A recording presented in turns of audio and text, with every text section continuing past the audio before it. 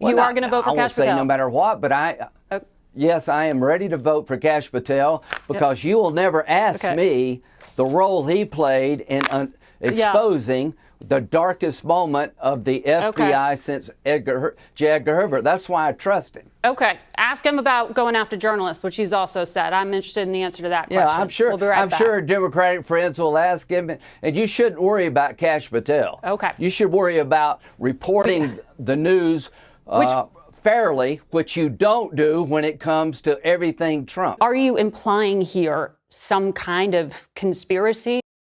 We're joined now by Congressman Mike Waltz. He's the incoming National Security Advisor to President-elect Donald Trump. There's a lot to get to, so I want to ask you what we should expect in terms of executive actions in these early days from Mr. Trump.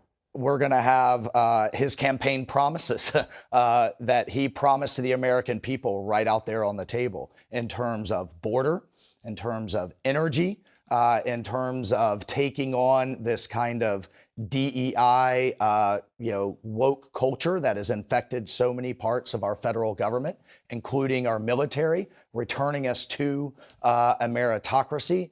He's got a lot in front of him. I'm excited to be a part of it.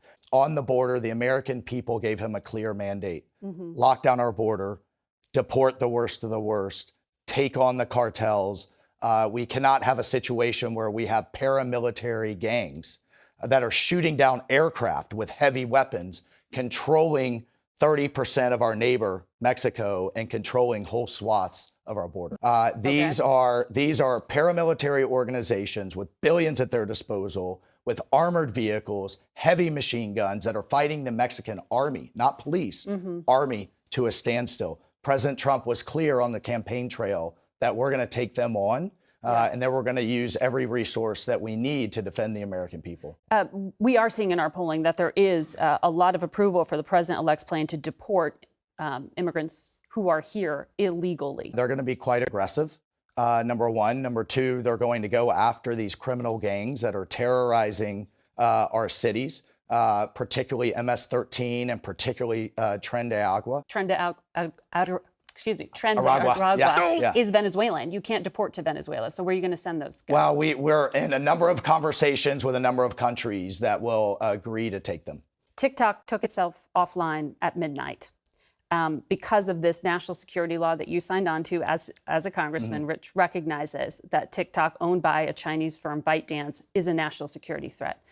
On this notice, it says Donald Trump has promised to work with them. Allow Americans to use it, but then to make it safe from Chinese Communist Party interference. It was to have an American owner of it. Right. So what we need between now and Monday is to buy the president some time to evaluate those deals. And if it goes dark, that's going to be obviously extremely problematic. So both can be true. We can have an app that Americans can enjoy, but at the same time that protects their data and protects them from outside influence and undue influence. And that's the time and space that the president is seeking. And as a deal maker, I think we all should be confident that he can craft that kind of a deal. President Xi is acknowledging that he has control of ByteDance and TikTok and can force this Not explicitly, but I'll tell you, every company in China has in some way or some form has to report to or has a member of the Chinese Communist Party on its board.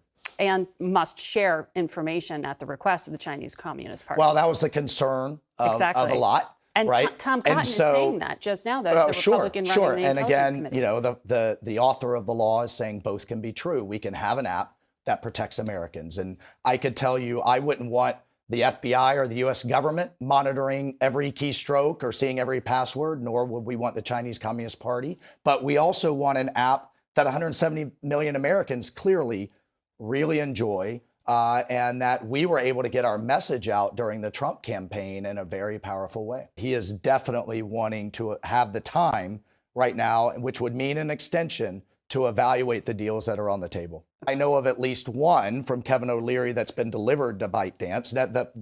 The point is, what is a viable deal? Exactly. The president needs the time with the Department of Justice to evaluate what viable means. We can't do that if the thing is completely dark.